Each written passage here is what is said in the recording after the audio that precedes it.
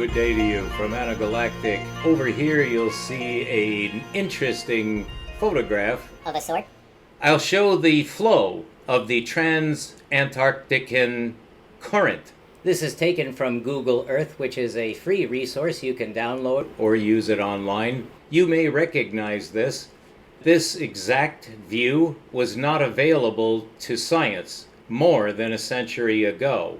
A lot has happened in the last century that enables this sort of image. This is certainly a good way to learn what an ocean current looks like. It looks like it reaches a tip. That is the result of the Transantarctican current, but not necessarily at its present force capacity.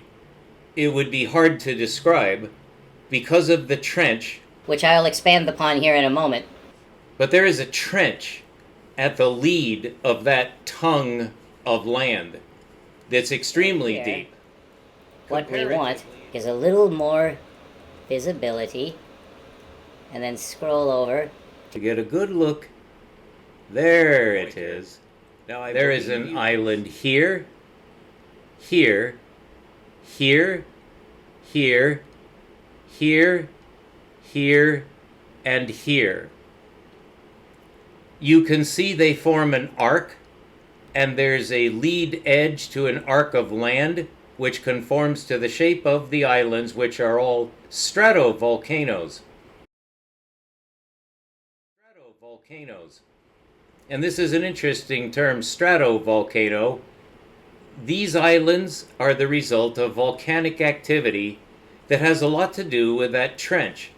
That is quite deep, and it's at the leading edge, which is a subduction zone. This is actually a plate. You're looking at a very small plate. It's difficult to classify these plates. The Indian plate may be the same as the Australian plate, but quite frankly, the USGS has disagreed in their diagram that I saw, and so there is a difference of opinion that is most likely due to what we ordinarily would construe as historical developments in the natural process of learning about the universe. And now we're going to drill back out so we can see this again from outer space at a much higher range. And again you'll see the circumantarctican polar current, which here is going from west to east in the extreme southern hemisphere. You cannot see the South Pole because it's off the image to the south. To the north is the South Atlantic Ocean. The landmass that you see over here, now that I know that you can see that pointer, that one is Patagonia. On the snowy side, and that is actually, you could say snow, there are glaciers in there. That's at the southern tip of South America, where you can see that it curls from west to east. The tip of the Antarctican Peninsula on the other side of the current, which is exactly between them, has also blown a landmass in some way from west to east. The amount of matter, just some material you can see in this tongue, was pushed either very quickly or very slowly. It was either extremely fast or it took a much larger scale of time. And there are two theories, and so far only two theories, that explain this shot from outer space of the surface of the Earth using specialized photography, whereby we can map the bottom of the ocean. You're looking at a map of the Earth's surface, mostly here covered with water. This is saline water in this day and age, as we would say vernacularly. It is saline. We have salton oceans. It is one body of water, but it has currents that are still being studied. The current system of the oceanic system of the Earth is one of the most fascinating topics outside my ordinary scope of geometry and astronomy. But Earth science is the study of a planet. So this is actually astrophysics. And we're looking at something that happened to the surface of the Earth that was either extremely fast and cataclysmic. And there is a theory that accounts for that interpretation of this tongue of land. You could say, whatever it is, rock. What is it? Well, those volcanoes in this arc right here, those stratovolcanoes, which what does that mean? It refers essentially to its origin and essentially its shape, but the shape is not as important in the definition using the prefix strato. It is certainly a lovely name. A stratovolcano is like Mount Fuji. It's Mount Shasta. These are beautiful examples of conical stratovolcanoes. Not all of these would be called beautiful by the same measure of standard, but they are definitely active, and they are all classified as active. And of the, you could guess at least 7 or 8 of those volcanoes that are in that arc, some of them have erupted in recorded historical time. Indeed, most of them have. But historical time, how far back does that go? We like to say here at our institution or institute of one and the lab cat, which, believe me, 2 is better than 1 here. The lab cat is an indispensable part of this operation. She is so precious to me, I wish to restrain my emotions. So, this one-man operation, she is a feline, and we're getting to the species, but this has a lot to do with the geological sequence that led to the elimination of the dinosaurs. And there is a developed theory, and as you can imagine, there are 2. There are 2 theories for the destruction of the dinosaurs. And this diagram, this really, I prefer to call it a photograph, it's essentially a photograph of the Earth. If you had supervision, you could adjust your vision to see the Earth from about 5,000 miles out. You would have to eliminate the clouds. You've obviously compensated for the water surface, which is 3/5 of the surface of the spherical Earth. And you are looking at a sphere that has been photographed from about 5,000 to 6,000 miles, which is more like, I believe, 7,000 or 8,000 kilometers. Kilometers are always a little bit more, actually very close to 2/3 more. So it's a fairly easy computation. We're trying to get to meters, which would translate from kilometers. But miles is very commonly used in America. So in just nautical miles are slightly different, but the measurement systems used on Earth have a variously classifiable as boring or very exciting history. But we do use both meters and miles, in this case kilometers, which are less than miles by about 1/3. They're less by 1/3. In other words, they're 2/3 the size of a mile. And that always confused me, but that's multiplication for you. You got to master it somehow. Well, it takes some men quite a while. There are some other sub-oceanic trenches. You'll see one here, right above the Antarctican peninsula, where it's blown sideways by, I just let the cat out of the bag, what is obviously, clearly, a cataclysmic event. And this is in Wikipedia. So we know what this is, but there is another theory that accounts for this that uses a much different time scale than 1 year. What you saw here happened between 1 and 100, going to perhaps thousands of years, but no more than that. This phenomenon you see is no more than 10,000 years old. That is a fact that must be accepted because this photograph proves it. That is so hotly debated that words for hot cannot describe how intense is this confrontation in science, because it impinges directly on religion. Directly on religion. And the emergence of the new atheism is predictable. It was always predictable. It can be graphed. And new atheism is the natural outcome of a certain form of scientific approach, whereby this cannot possibly be what it looks like. It is by no means what it looks like, because of the interpretation of this that is forced by the model. The model forces a geochronological interpretation of this that must be millions of years. And that's just the beginning. Could it be tens of millions? It could be hundreds of millions. It's hundreds of millions.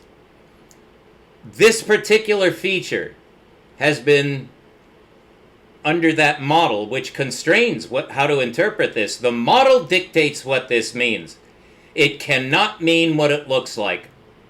By no means can it be what it looks to be, which is a cataclysmic intrusion of Pacific Ocean water. Now here you would have to say, in all due concession to plate tectonics, which is real, where the current, pardon the pun on current, but where the current that is today, what you see are two sections of the Andes mountain range which have been breached by megatsunamic force. And it's not megatsunamis, it's something much, much bigger that plowed through a mountain range and left this. That is a shattered spine. That is a shattered spine that was penetrated by that tonnage of water that is so inconceivable, it's impossible to credit that it was just water. I would not beg to differ, but one thing for certain, it was a megatonnage of water that cannot be embraced by the current state of the mind of man. This was a super cataclysmic event of the upsetting of the Earth hydrologic system, unquestionable on that, that blew an entire continent apart with the pressure of the ocean, here extending to the land masses underneath the bottom of the ocean, which were flapped like carpets, and it moved. Entire plates of landmass skated across the globe for a year. That was one intensively long year for this planet. It was so cataclysmic from the effect of a 1 million Sarbomba explosion that words cannot describe it. That, my friend, is the lab cat who just came to settle. You might have seen her. We're going to take an intermission to see the other member of this institute. And there she is, the most noble and delightful Shar. She's the charcoal cat. She minds the house. She minds the yard. She's the most beautiful girl in the world. And an indispensable part of this moderately meager operation. You see, we do have technology. That whiteboard will come into use shortly. I've been promising. Oh yeah, we have it all.